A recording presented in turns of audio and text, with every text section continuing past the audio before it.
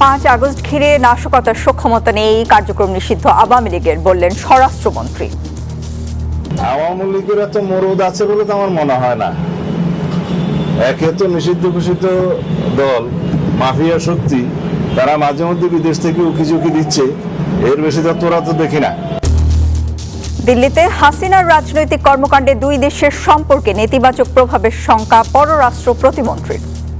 বাংলাদেশও চায় না যে মানে ভারতের সাথে আমাদের সম্পর্ক আরো নেতিবাচক হোক, আমরা চাই আরো উন্নত হোক। হাসিনার ভাষায় কথা বলছে বিরোধী দল, অভিযোগ ফখরুলের। সংস্কার বাস্তবায়নে প্রতিশ্রুতিবদ্ধ সরকার, বললেন তথ্যমন্ত্রী। পরিচ্ছন্ন দেশ গড়তে সবার সহযোগিতা চাইলেন প্রধানমন্ত্রী। গুরুত্বপূর্ণ সরকারি ভবনে সোলার প্যানেল স্থাপনের নির্দেশ।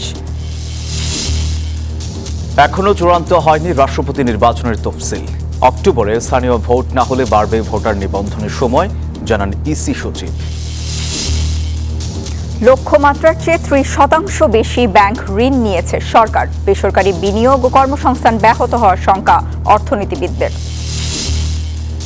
আজ থেকে আলোচনা শুরুর ট্রাম্পের বার্তা, নাকচ করে দিল ইরান। হরমুজ নিয়ে চূড়ান্ত পর্যায়ে তেহরান ওমানের বৈঠক। দর্শক, স্বাগত নিউজ 24 সংবাদে। পুরো সংবাদে আপনাদের সাথে আছি আমরা দুজন, আমি সোহাগ বক্স এবং আমি সঞ্জিদা ইসলাম। দর্শক দেখছিলেন বিআরবি কেবলস সংবাদ শিরোনাম।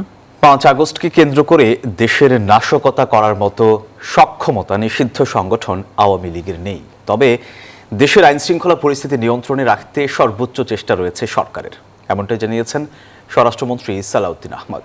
সচিবালয়ে তিনি আরও বলেন, উগ্রবাদীদের তৎপরতা নিয়ন্ত্রণে পুলিশের বিশেষ বাহিনী কাজ করছে। বিভিন্ন জায়গায় বোমা পাওয়ার বিষয়টিও খতিয়ে দেখা হচ্ছে। ছাত্র জনতার গণ অভ্যুত্থানে 2 বছর আগে 24-এর 5 আগস্ট 17 বছরের ক্ষমতা ছেড়ে ভারতে আশ্রয় নেন শেখ হাসিনা। এরপর গত নভেম্বরে অন্তর্বর্তী সরকার আওয়ামী লীগের কার্যক্রম নিষিদ্ধ করে।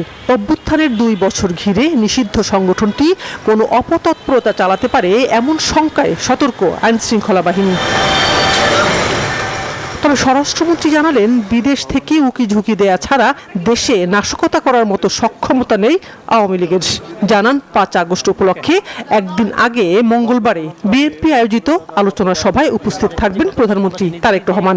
এটা যুগপৎ আন্দোলনের শরিক এবং অন্যান্য রাজনৈতিক দলের সবার নিয়ে আমরা আগামীকালকে একটা সভা করবো কৃষিবিদ ইনস্টিটিউশনে, মাননীয় প্রধানমন্ত্রী উপস্থিত থাকবেন। আমরা ওখানে কথা বলবো। আওয়ামী লীগের এত মরদ আছে বলে তো আমার মনে হয় না।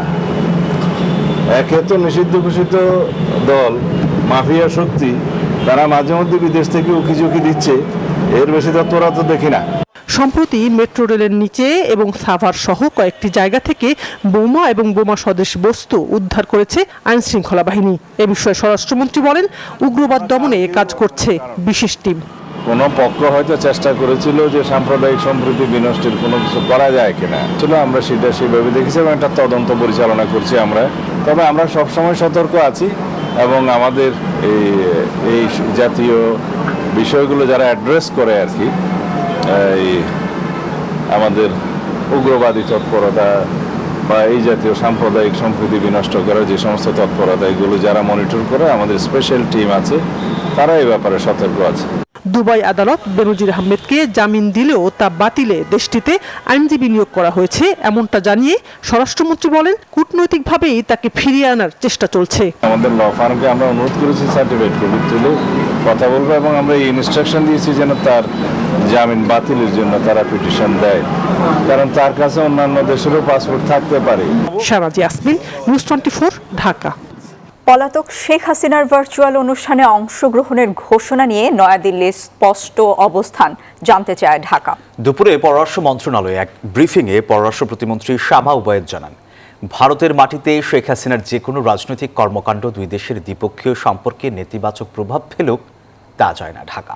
একই সাথে আন্তর্জাতিক নানা জোট ও সম্পর্কের বিষয়েও সরকারের অবস্থান স্পষ্ট করেন তিনি।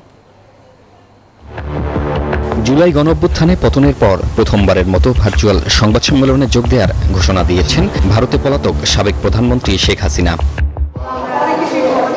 আগামী 5ই আগস্ট ভারতের মাটিতে এই ভার্চুয়াল সংবাদ সম্মেলন নিয়ে দেশটির স্পষ্ট অবস্থান জানতে চায় বাংলাদেশ। পররাষ্ট্র প্রতিমন্ত্রী শামা ওবায়দ জানান, শেখ হাসিনার মতো দণ্ডপ্রাপ্ত রাজনৈতিক ব্যক্তির এ ধরনের তৎপরতা দুই দেশের দ্বিপক্ষীয় সম্পর্ক আরও জটিল করবে।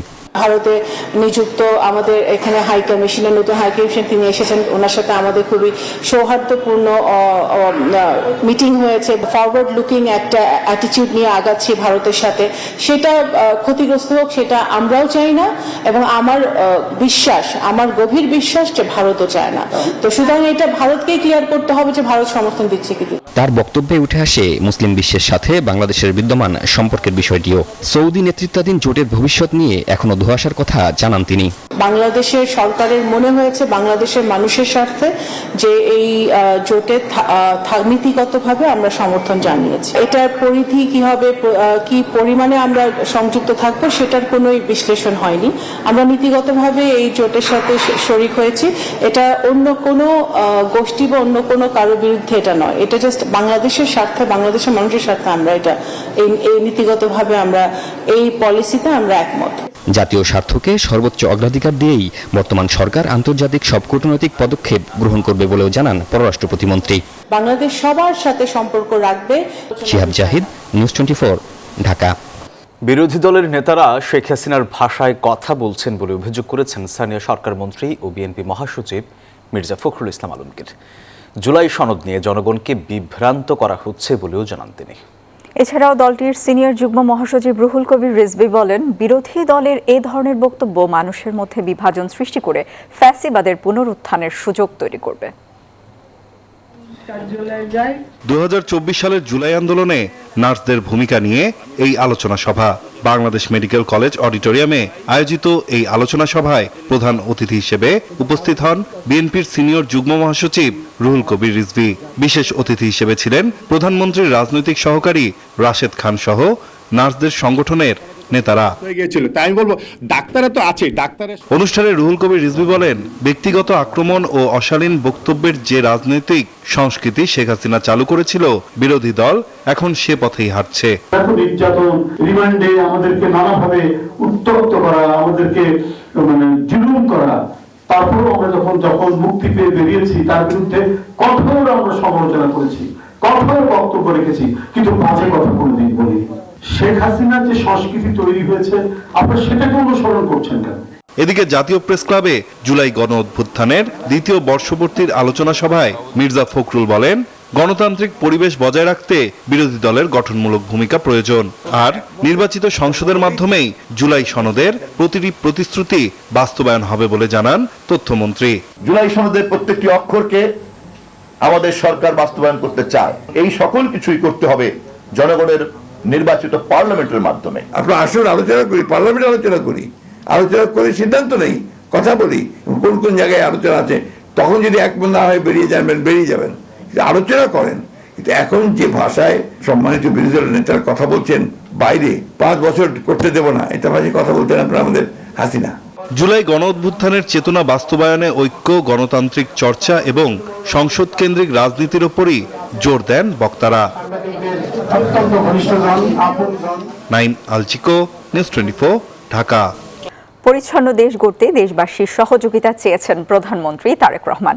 সোমবার ফেসবুকে এক ভিডিও বার্তায় তিনি এই সহযোগিতা চান। এদিকে বেজার গভর্নিং বোর্ডের সভায় অর্থনৈতিক অঞ্চলকে সবুজ শিল্পাঞ্চল হিসেবে গড়ে তোলার আহ্বান জানান প্রধানমন্ত্রী। এদিন আরেকটি সভায় জ্বালানি সংকট মোকাবিলায় গুরুত্বপূর্ণ সরকারি ভবনে সৌর প্যানেল বসানোর নির্দেশ দেন তিনি। সাইফুল ইসলামের রিপোর্ট। আগামী প্রজন্মের জন্য একটি বসবাসযোগ্য বাংলাদেশ গড়তে দেশবাসীর প্রতি আহ্বান জানিয়েছেন প্রধানমন্ত্রী তারেক রহমান। সকালে প্রধানমন্ত্রী তার ভেরিফাইড ফেসবুক থেকে এই আহ্বান জানান। আমরা যদি আজকে থেকে প্রত্যেকে সচেতন হই, আমাদের হাতের আবর্জনা বা ব্যবহারকৃত আবর্জনা যদি নির্দিষ্ট জায়গায় সুন্দরভাবে আমরা গুছিয়ে ফেলি, তাহলে ধীরে ধীরে হয়তো আমরা আমাদের এই বাংলাদেশটাকে আবর্জনা মুক্ত করতে পারবো, সুন্দর একটি পরিবেশ গড়ে তুলতে পারবো। দেশটা তো আমাদের সকলের। আমরা সকলে মিলে যদি চেষ্টা করি, সকলে মিলে যদি একটু একটু করে করি, তাহলে আমরা বড় কিছু করতে সক্ষম হব। প্রিয় দেশবাসী, আপনাদের কাছে আজকে এই সহযোগিতাটা আমি চাইছি। এদিকে সচিবালয়ে প্রধানমন্ত্রীর সভাপতিত্বে বাংলাদেশ অর্থনৈতিক অঞ্চল কর্তৃপক্ষ বেজার গভর্নিং বোর্ড সভায় বিনিয়োগ বৃদ্ধি, কর্মসংস্থান সৃষ্টি ও পরিবেশ সুরক্ষায় বেশ কিছু গুরুত্বপূর্ণ সিদ্ধান্ত নেওয়া হয়। পরিবেশটিকে সুন্দর পরিষ্কার রাখা। সভার সিদ্ধান্ত অনুযায়ী সরকারের 25 কোটি বৃক্ষরোপণ কর্মসূচির অংশ হিসেবে দেশের প্রতিটি ইপিজেডে বৃক্ষরোপণ করা হবে। এরই অংশ হিসেবে বিভিন্ন ইপিজেডে মোট 1,25,000 বৃক্ষরোপণের সিদ্ধান্ত নেওয়া হয়েছে। সচিবালয়ে আরেকটি সভায় জ্বালানি সংকট মোকাবিলায় সরকারি গুরুত্বপূর্ণ ভবনে সৌর প্যানেল স্থাপন, সোলার ইনভার্টার উৎপাদনের কাঁচামাল আমদানিতে সহায়তা এবং সৌরবিদ্যুৎ সাশ্রয়ী করার নির্দেশনা দিয়েছেন প্রধানমন্ত্রী তারেক রহমান। এদিকে সচিবালয়ে প্রধানমন্ত্রী তারেক রহমানের সঙ্গে সৌজন্য সাক্ষাৎ করেছেন দক্ষিণ কোরিয়ার বাণিজ্যমন্ত্রী ইউ হান কু। এ সময় বাংলাদেশ ও দক্ষিণ কোরিয়ার মধ্যে স্বাক্ষর হতে যাওয়া কম্প্রিহেন্সিভ ইকোনমিক পার্টনারশিপ এগ্রিমেন্ট বিষয়ে প্রধানমন্ত্রীকে অবহিত করেন দক্ষিণ কোরিয়ার বাণিজ্যমন্ত্রী। প্রধানমন্ত্রী দক্ষিণ কোরিয়ার কোম্পানিগুলোকে বাংলাদেশে খেলনা, ইলেকট্রনিক্স, টেলিযোগাযোগ, অটোমোবাইল, সেমিকন্ডাক্টর এবং জাহাজ নির্মাণ খাতে বিনিয়োগের আহ্বান জানান। সাইফুল ইসলাম, নিউজ 24, ঢাকা। ফ্যাসিস্ট শেখ হাসিনা সরকার পতনের এক দফা ঘোষণা হয়েছিল 24-এর 3 আগস্ট। রাজধানী সহ সারা দেশে যখন সরকারের পেটোয়া বাহিনী এবং আওয়ামী অস্ত্রধারীরা নির্বিচারে ছাত্র জনতাকে হত্যা করছিল, তখন বৈষম্য বিরোধী ছাত্র আন্দোলনের ডাকে ভয়কে পরোয়া না করে বিভিন্ন সড়কে নেমে আসেন মানুষ। কেন্দ্রীয় শহীদ মিনারে সেদিন লাখো মানুষের সমাবেশে ঘোষণা আসে সরকার পতনের এক দফা দাবির। ছাত্র জনতা ঘোষণা করে মার্চ টু ঢাকা কর্মসূচি। একই সময় রাজনৈতিক অঙ্গনেও বাড়তে থাকে অনিশ্চয়তা। নাইম আলজিকোর প্রতিবেদন। সকাল থেকে রাজধানীর বিভিন্ন এলাকা থেকে মিছিল নিয়ে মানুষ জড়ো হতে থাকেন কেন্দ্রীয় শহীদ মিনারে। টিএসসি, দোয়েল চত্বর, ঢাকা মেডিকেল, পলাশী, নীলক্ষেত সহ আশেপাশের সড়ক জনসমুদ্রে পরিণত হয়। একই সময় বাড্ডা, রামপুরা, বনশ্রী, সায়েন্স ল্যাব ও মিরপুর 10 এলাকাও সড়ক অবরোধ ও বিক্ষোভ চলে। বিকেলে কেন্দ্রীয় শহীদ মিনারের সমাবেশ থেকে বৈষম্য বিরোধী ছাত্র আন্দোলনের সমন্বয়করা সরকার ও মন্ত্রিসভার পদত্যাগের এক দফা দাবি ঘোষণা করেন। একই সঙ্গে 4 আগস্ট থেকে সর্বাত্মক অসহযোগ কর্মসূচির ডাক দেয়া হয়। শেখ হাসিনার সংলাপের আহ্বানও সেদিন প্রত্যাখ্যান করা হয়। চট্টগ্রামে বৈষম্য বিরোধী ছাত্র আন্দোলনের এক দফা দাবির কর্মসূচিতে হাজারো ছাত্র জনতা নগরীর নিউ মার্কেট মোড়ে বিশাল সমাবেশ ও বিক্ষোভ মিছিল করেন। দিনভর পুলিশ ও আওয়ামী অস্ত্রধারীদের সাথে জুলাই যোদ্ধাদের দফায় দফায় সংঘর্ষ, ধাওয়া পাল্টা ধাওয়া হয়। বহদ্দারহাট এলাকায় 3 আন্দোলনকারী গুলিবিদ্ধ হন। রাজপথে আন্দোলন যখন নতুন মোড় নিচ্ছিল, তখন রাজনৈতিক অঙ্গনেও শুরু হয় নানা জল্পনা। ওই সময় ঢাকা দক্ষিণ সিটি কর্পোরেশনের তৎকালীন মেয়র শেখ ফজলে নূর তাপস সহ ক্ষমতাসীন দলের কয়েকজন প্রভাবশালী নেতার দেশ ছাড়ার ভিডিও ছড়িয়ে পড়ে সামাজিক মাধ্যমে। 3 আগস্টের এক দফা ঘোষণা, রাজধানী জুড়ে জনসমাগম এবং রাজনৈতিক অনিশ্চয়তা সব মিলিয়ে এই দিনই তৈরি হয় 5 আগস্টের ঐতিহাসিক পরিবর্তনের ভিত্তি। মুক্তি নিশ্চিত করতে হবে। নাইম আলচিকো, নিউজ 24, ঢাকা। স্থানীয় সরকার নির্বাচন নিয়ে সরকারের পক্ষ থেকে কোনো নির্দেশনা পায়নি নির্বাচন কমিশন, জানিয়েছেন ইসি সচিব আক্তার আহমেদ। সোমবার নির্বাচন ভবনে সাংবাদিকদের এই কথা জানান তিনি। বলেন, এই বিষয়ে কোনো আলোচনা হয়নি, তবে নির্বাচন করার সব প্রস্তুতি নিয়ে রাখছে ইসি। বলেন, রাষ্ট্রপতি নির্বাচন নিয়ে এখন কোনো দিনক্ষণ ঠিক হয়নি, তবে সংসদের কাছে ভোটার তালিকা চেয়েছে ইসি বলেও জানান তিনি। 31শে জুলাই পর্যন্ত নিবন্ধিত ভোটারদের নিয়ে ভোটার তালিকা চূড়ান্ত করার সিদ্ধান্ত নাও থাকতে পারে বলে জানালেন সচিব।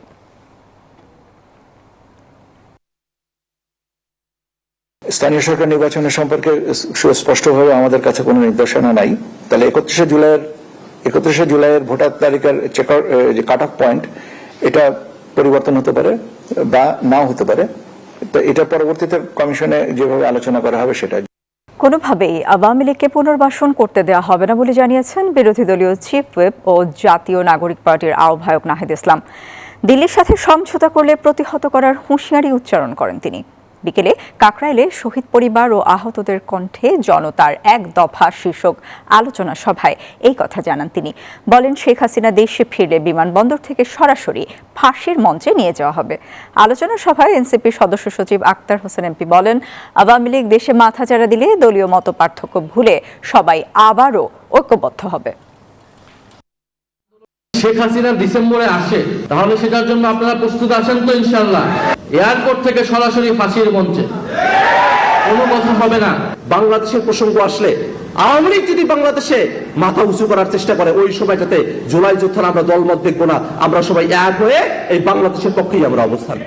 গণভোটের গণরায় বাস্তবায়নে কোনো ছাড় দেবে না জামাত। দাবি আদায়ে 5 আগস্ট পল্টনের জনসভা থেকে কঠোর কর্মসূচি ঘোষণা করা হবে বলে জানিয়েছেন দলটির সেক্রেটারি জেনারেল মিয়া গোলাম পরোয়ার। বিকেলে রাজধানীর যাত্রাবাড়িতে জুলাই গণঅভ্যুত্থানের দ্বিতীয় বার্ষিক উপলক্ষে ঢাকা মহানগরী দক্ষিণ জামায়াত আয়োজিত জনসভায় বক্তব্য রাখেন তিনি। বলেন, রাজনৈতিক সংকটের নিষ্পত্তি সংসদে না হলে জনগণকে সাথে নিয়ে রাজপথেই সমাধান করবে জামাত। সমাবেশে দলটির নেতারা অভিযোগ করেন, সব প্রতিষ্ঠানেই নির্লজ্জ দলীয়করণ করছে সরকার। তাদের মনে নাই আবু সাইদ মুগ্ধের কথা, যাত্রাবাড়ির যুদ্ধে কিভাবে জীবন দিয়েছিল একটি নতুন রাষ্ট্র বিনির্মাণের জন্য, কোন দলের জন্য নয়, জাতির জন্য রক্তদানের সেই ইতিহাস কিন্তু বিএনপি ভুলতে বসেছে। আমূল পরিবর্তন করে যে রাষ্ট্র সংস্কার হবে, তারপর একটি নতুন বাংলাদেশ নির্মাণ হবে। রাজধানীর জলশিরি আবাসন প্রকল্প এলাকায় যাত্রা শুরু করলো আর্মি ইন্টারন্যাশনাল ইসলামিক ইনস্টিটিউট। সকালে আন্তর্জাতিক মানের এই শিক্ষা প্রতিষ্ঠানের শুভ উদ্বোধন করেন সেনাবাহিনী প্রধান জেনারেল ওয়াকারুজ্জামান। একই সাথে ভিডিও কনফারেন্সের মাধ্যমে বরিশাল, সাভার, বগুড়া, সিলেট, চট্টগ্রাম, কুমিল্লা এবং যশোরে ইনস্টিটিউটের নতুন শাখার ভিত্তিপ্রস্তর উন্মোচন করেন সেনাপ্রধান। এ সময় তিনি বলেন, বর্তমানে 63টি ইনস্টিটিউট ও 12টি বিশ্ববিদ্যালয় পরিচালনা করছে বাংলাদেশ সেনাবাহিনী। এসব প্রতিষ্ঠানের সাথেই যুক্ত হবে আর্মি ইন্টারন্যাশনাল ইসলামিক ইনস্টিটিউট।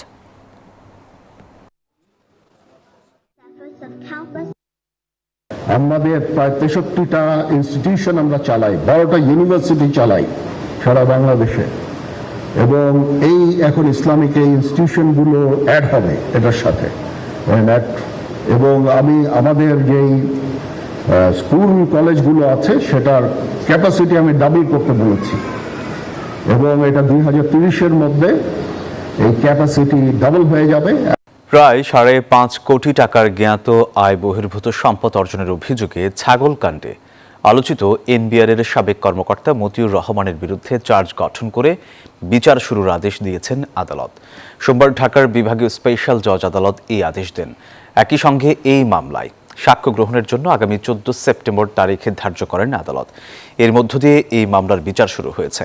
এর আগে মতিউর রহমানের বিরুদ্ধে 2024 সালের 15 ডিসেম্বর এই মামলাটি করে দুর্নীতি দমন কমিশন।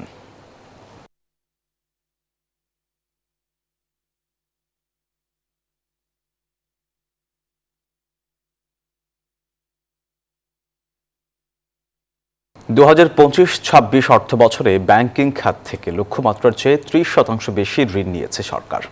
বাংলাদেশ ব্যাংক বলছে, নির্বাচনী ইশতেহার বাস্তবায়নের কারণে অর্থ বছরের শেষ প্রান্তিকে ঋণ নেয়ার প্রবণতা বেড়েছে। এতে সংকুচিত হয়েছে বেসরকারি খাতে ঋণ প্রবাহ। অর্থনীতিবিদরা বলছেন, বেসরকারি বিনিয়োগে গতি ফেরাতে চলতি অর্থ বছরে ঋণ নেওয়ার ক্ষেত্রে সতর্ক থাকতে হবে সরকারকে। রাজস্ব আদায়ে বড় ঘাটতির ফলে উন্নয়ন ও পরিচালনা ব্যয় মেটাতে গত অর্থ বছরে সরকারের বড় ভরসা হয়ে উঠেছিল বাণিজ্যিক ব্যাংকগুলো।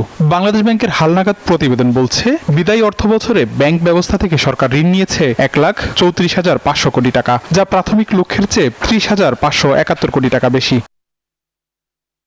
হিসেব বলছে, অর্থ বছরের প্রথম 7 মাস অর্থাৎ জানুয়ারি পর্যন্ত সরকারের ঋণের পরিমাণ ছিল প্রায় 49,000 কোটি টাকা। বাকি 85,500 কোটি টাকা নেওয়া হয়েছে বর্তমান সরকারের প্রথম 5 মাসে। নতুন সরকার তাদের নির্বাচনী ম্যানিফেস্টো বাস্তবায়নের জন্য অনেক প্রকল্প নিতে হচ্ছে। স্বাভাবিকভাবেই তাদের জন্য অধিক আগে যে ধারণা ছিল তার চেয়ে অধিক অর্থের প্রয়োজন হচ্ছে। এই কারণে ব্যাংক সেক্টর দিচ্ছে। সরকারের এমন ঋণ নেয়ার প্রবণতায় সংকুচিত হয়েছে বেসরকারি খাতের ঋণের প্রবাহ।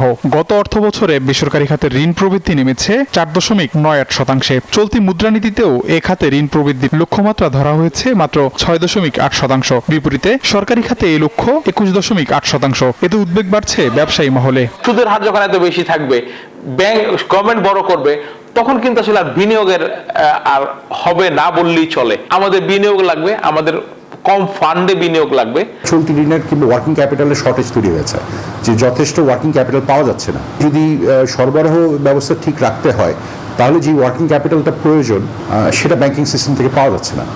ফলে আপনার বাজারে একটা সরবরাহ সংকট একদিক দিয়ে তৈরি হচ্ছে, উল্টো দিকে যেটা হচ্ছে একটা দাম বেড়ে যাওয়ার একটা প্রবণতা তৈরি হচ্ছে। অর্থনীতিবিদরা বলছেন, বেসরকারি বিনিয়োগে গতি ফেরাতে চলতি অর্থ বছরে ঋণ নেয়ার ক্ষেত্রে সতর্ক থাকতে হবে সরকারকে।